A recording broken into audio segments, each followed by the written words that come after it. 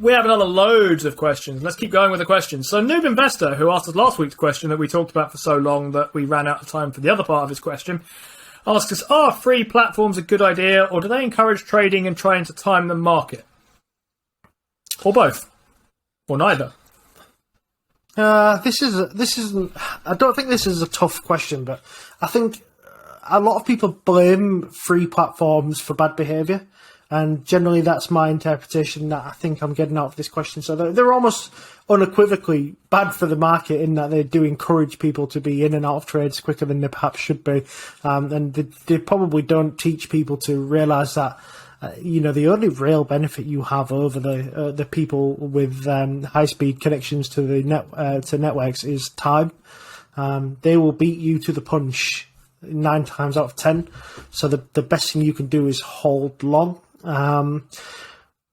So that leads to overtrading, and as we've seen with trading 2 and 2, they've started to sneak in some fees now to sort of punish the overtrading sort of arm, or at least to make money from the overtrading. So yeah, I guess they're a bad thing, but they're only bad because they promote bad behaviour, and the bad behaviour is that comes from yourselves. So if you can be disciplined enough to not be in and out of stocks all the time and not buying and selling 20 or 30 times a day, then they're great things. They're so much better than doing something like this at high grade times, and you save so much money. What do you think, Steve?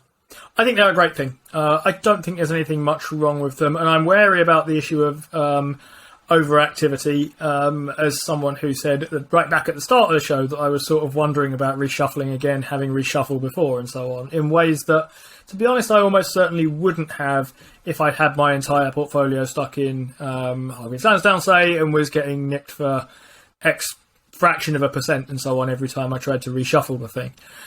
I'm not sure about that. I don't feel like that's a particular... It feels to me like blaming McDonald's for a kind of obesity crisis in a certain way. I get that it's more complicated than that in a certain way, both in the McDonald's case, actually, for what it's worth, and this one. But I tend to think free trading platforms are a good idea. And I think when I'm working out whether or not trading is a good idea, I tend to think the answer is probably no for someone like me.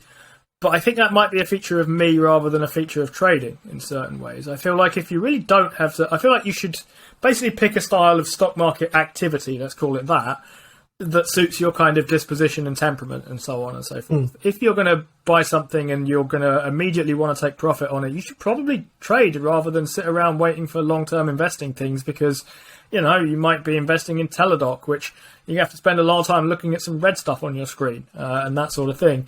But you need a process that you understand and that works for you and that appeals to you as much as anything. If listening to Buffett going on for hours and hours and saying the same thing at every Berkshire Hathaway meeting is your kind of thing, then you can probably see free trading platforms as a nice kind of luxury. If you're more interested in making fast money here and you want to listen to CNBC contributors, nothing against that idea, by the way. I don't share the kind of Berkshire Party line that trading is all speculation and basically immoral. I mean, it's fine for people that want to do it, but it's not an activity that appeals to me particularly.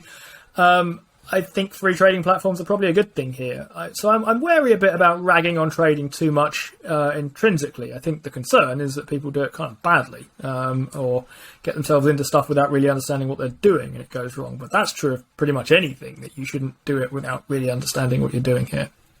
I think that's, key issue is accessibility is always going to cause some kind of harm on something like this, isn't it? And that, because the harm is in trading is losing your ass on a bad trade, or, following a trade that's shot up only to watch it come straight back down.